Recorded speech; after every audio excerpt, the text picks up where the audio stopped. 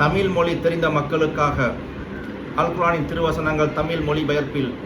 அல்லாஹ் நமது செயலை பொருந்திக் கொள்வானாக. விரட்டப்பட்ட ஷைத்தானின் தீங்கை விட்டும் அல்லாஹுவிடம் பாதுகாப்பு தேடுகிறேன். அளவற்ற அருளாளனும் நிகரற்ற அன்புடையவனுமாகிய அல்லாஹுவின் திருநாமத்தால் ஓதுகிறேன். நபியே, கிப்லாவை பற்றி உமது இறைவனிடமிருந்து வந்த இதுதான் உண்மையான கட்டளையாகும். ஆதலால் நீர் சந்தேகிப்பவர்களில் ஒருவராக ஒரு சிறிதும் ஆகிவிட வேண்டாம். நம்பிக்கையாளர்களே, ஒவ்வொரு கூட்டத்தவருக்கும் ஒரு திசையுண்டு. அவரவர் அதன் பக்கம் முன்னோக்குவர். திசை மட்டும் நோக்கமல்ல, நன்மையானவற்றை செய்வதில் நீங்கள் ஒருவரை ஒருவர் முந்திச் செல்லுங்கள். நீங்கள் எங்கிருந்த போதிலும் உங்கள் அனைவரையும் அல்லாஹ் ஒன்று சேர்ப்பான். நிச்சயமாக அல்லாஹ் அனைத்தின் மீதும் பேராற்றலுடையவன் ஆவான். ஆகவே நபியே, நீர் எங்கிருந்து புறப்பட்டாலும் தொழும்போது மக்காவில் உள்ள மஸ்ஜிதுல் ஹராமின் பக்கமே உமது முகத்தை திருப்புவீராக. நிச்சயமாக இதுதான் உமது இறைவனுடைய உண்மையான கட்டளையாகும். ஆகவே இதை பற்றி வீண் தர்க்கம் செய்பவர்களே, நீங்கள் செய்தவற்றை அல்லாஹ் பாராமுகமாக இல்லை. நபியே, நீர் எங்கு சென்றாலும் தொழும்போது மஸ்ஜிதுல் ஹராமின் பக்கமே உமது முகத்தை திருப்புவீராக. நம்பிக்கையாளர்களே, அவர்களில்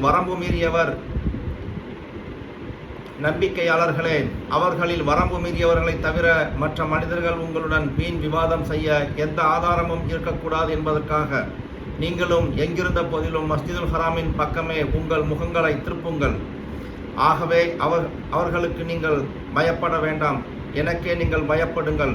கிப்லாவை பற்றி இக்கட்டளையின் மூலம் என் அருட்கொடையை நான் உங்கள் மீது முழுமையாக்கி வைப்பேன். அதனால் நிச்சயமாக நீங்கள் நேரான வழியை அடைவீர்கள்.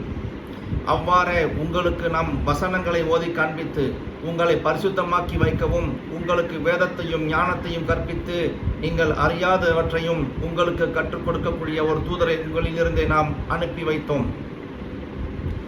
ஆகவே நீங்கள் என்னை நினைத்து கொண்டே இருங்கள், நானும் உங்களை நினைத்து அருள் புரிந்து வருவேன். நீங்கள் எனக்கு நன்றி செலுத்தி வாருங்கள், எனக்கு மாறு செய்யாதீர்கள். நம்பிக்கையாளர்களே, நீங்கள் உங்கள் முயற்சிகளில் வெற்றி அடைவதற்காக பொறுமையை கொண்டும் தொழுகையை கொண்டும் உதவி தேடுங்கள். நிச்சயமாக அல்லாஹ் பொறுமையாளர்களுடன் இருக்கிறான்.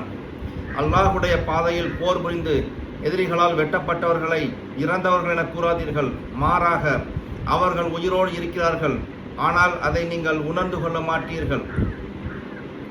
நம்பிக்கையாளர்களே, பயம், பசி, மேலும் பொருள்கள், உயிர்கள், கனி வர்க்கங்கள் ஆகியவற்றில் நஷ்டத்தை கொண்டு நிச்சயமாக நாம் உங்களை சோதிப்போம். நபியே, இச்சோதனைகளால் ஏற்படும் கஷ்டங்களை சகித்துக் கொண்டிருப்பவர்களுக்கு நற்செய்தி கூறுவீராக. சோதனைக்குள்ளாகும் அவர்கள் தங்களுக்கு எத்தகைய துன்பம் ஏற்பட்ட போதிலும் நிச்சயமாக நாம் அல்லாஹ்வுக்காகவே இருக்கிறோம், நிச்சயமாக நாம் அவனிடமே மீளுவோம் என கூறுவார்கள்.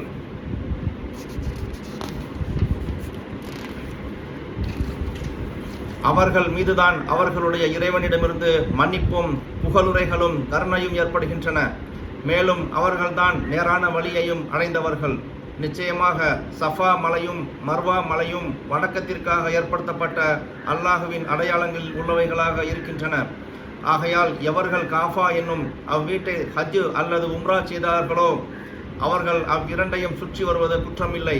ஆகவே எவரேனும் நன்மையை நாடி அவ்வாறு செய்தால் நிச்சயமாக அல்லாஹ் அதற்கு நன்றி பாராட்டுவான். அவருடைய எண்ணங்களை நன்கறிவான். நேர்வழியையும் தெளிவான அத்தாட்சிகளையும் நாம் இறக்கி அவற்றை மனிதர்களுக்காக வேதத்தில் தெளிவுபடுத்தி கூறிய பின்னர் எவர்கள் அவற்றை மறைக்கிறார்களோ அவர்களை நிச்சயமாக அல்லாஹும் சபிக்கிறான், மற்றும் சபிப்பவர்களும் அவர்களை சபிக்கின்றனர். ஆயினும் அவர்களில் எவர்கள் வருந்தி வேதனைப்பட்டு வேதங்களில் தாம் மறைத்தவற்றை சீர்திருத்தி அவற்றை மனிதர்களுக்கு தெளிவாக எடுத்துக் கூறுகின்றனரோ அவர்களை நான் மன்னித்து விடுவேன். நானோ மிக்க மன்னிப்பவன், மிக்க கருணையாளன். எவர்கள் தங்கள் வேதத்தில் உள்ள உண்மைகளை மறைத்து நிராகரித்து விட்டு அதை சீர்திருத்தாமல் நிராகரித்தவர்களாக இறந்து விடுகிறார்களோ அவர்கள் மீது அல்லாஹ், வானவர்கள், மனிதர்கள் ஆகிய அனைவரின் சாபமும் நிச்சயமாக உண்டாகட்டும். மேலும் அவர்கள் அச்சாபத்தில் என்றென்றும் தங்கிவிடுவார்கள். மறுமையில் அவர்களுடைய வேதனை லேசாக்கப்படவும் மாட்டாது. அவர்கள் ஓய்வு எடுப்பதற்கு அவகாசம் கொடுக்கப்படவும் மாட்டார்கள். மனிதர்களே, உங்கள் வணக்கத்திற்கு தகுதியானவன் ஒரே ஓர் இறைவனே ஆவான். அளவற்ற அருளாளனும் நிகரற்ற அன்புடையவனுமாகிய அவனை தவிர வணக்கத்திற்குரியவன் வேறு எவனும் இல்லை.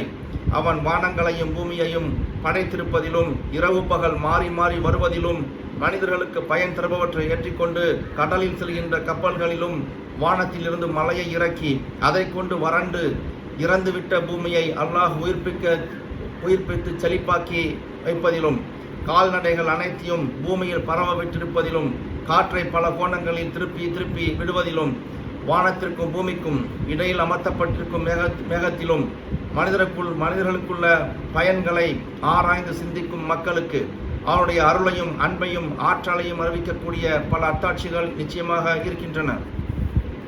சதக்கல்லாஹுல் அலீம்.